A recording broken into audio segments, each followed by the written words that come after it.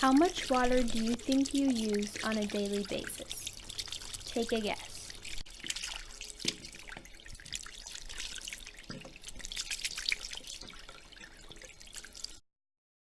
The average person uses at least 100 gallons of water per day. How close was your guess?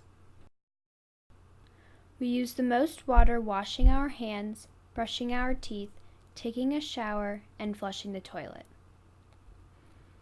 Let's discuss these one by one. In recent years, toilets have been developed to try to save water.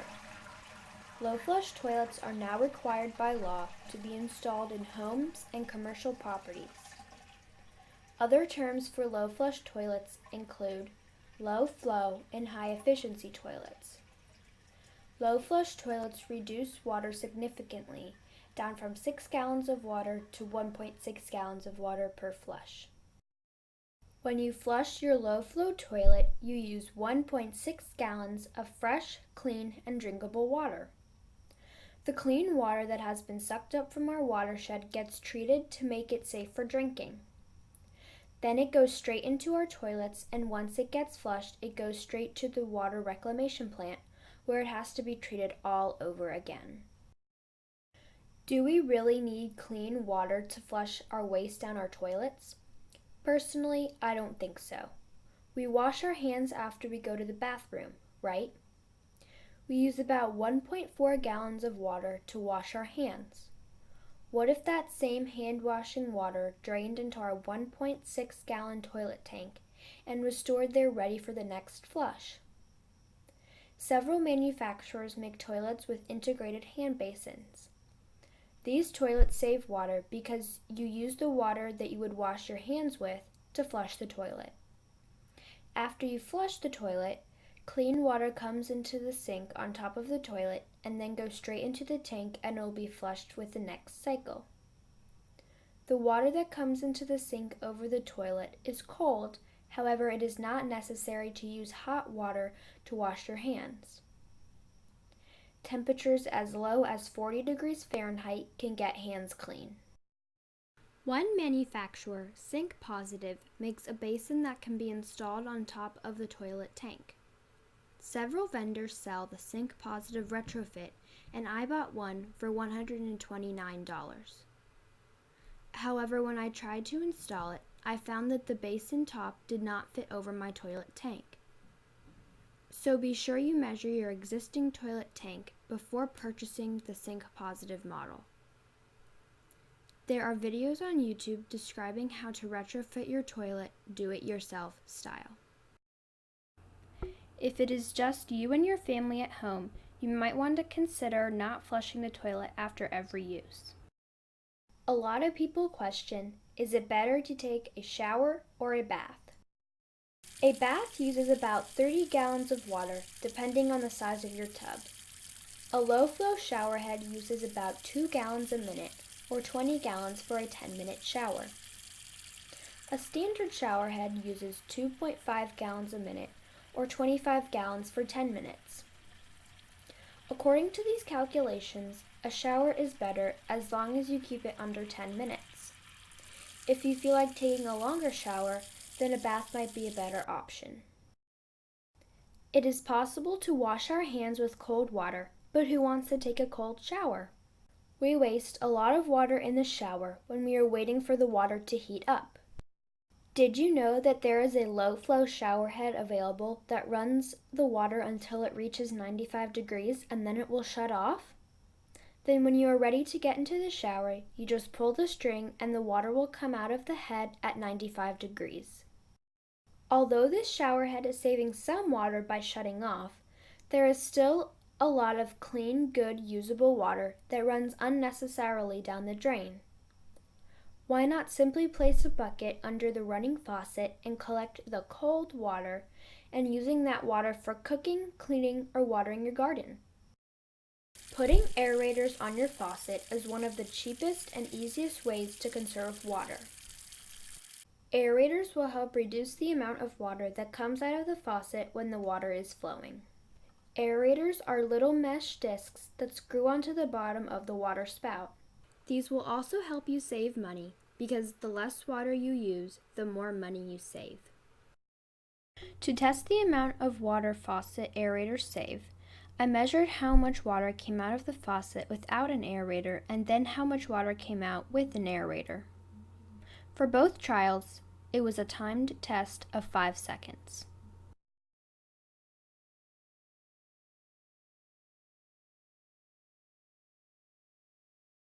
I measured 6 cups of water without an aerator.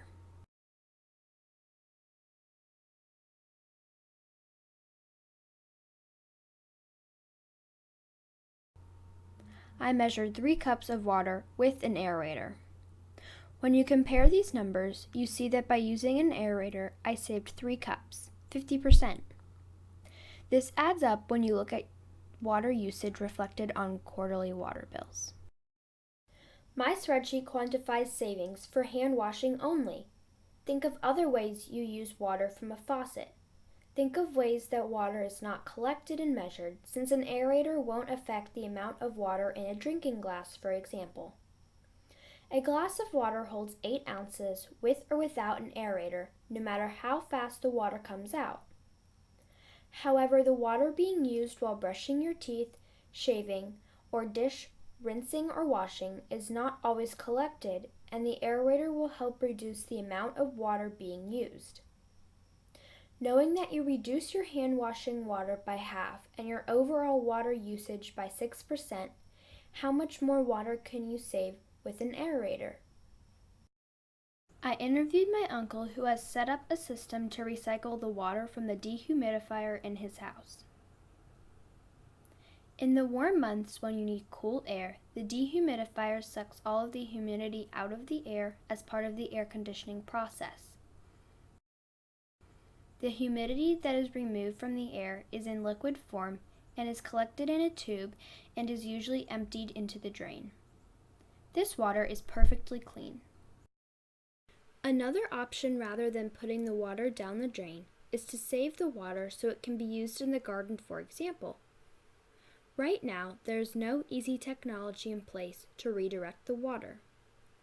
My uncle pulled the dehumidifier tube to the outside of his house and placed the tube over a 5-gallon bucket and emptied it into his garden every day. No matter how much water you use, you can always strive to use less water, but you need to know how much you use in the first place.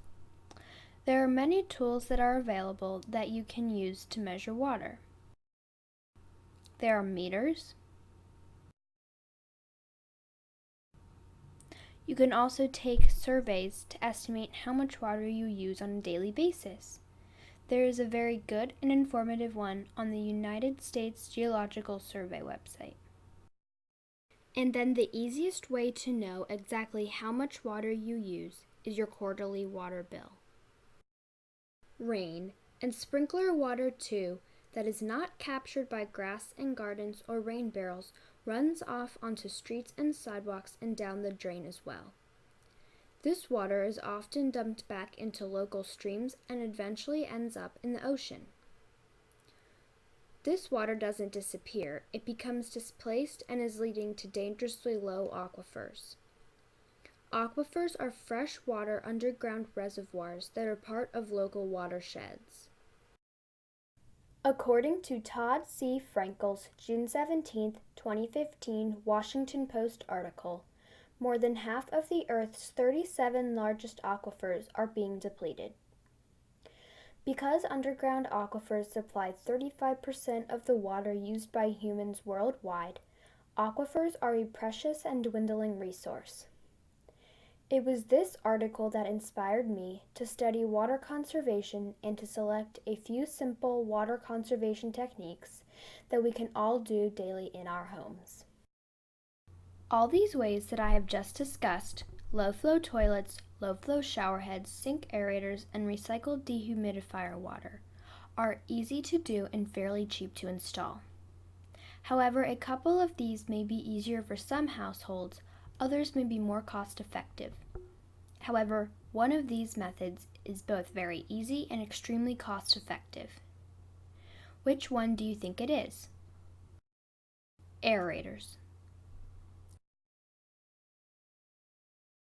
I hope that you will consider trying out any of these methods, especially purchasing and installing an aerator on every faucet in your home.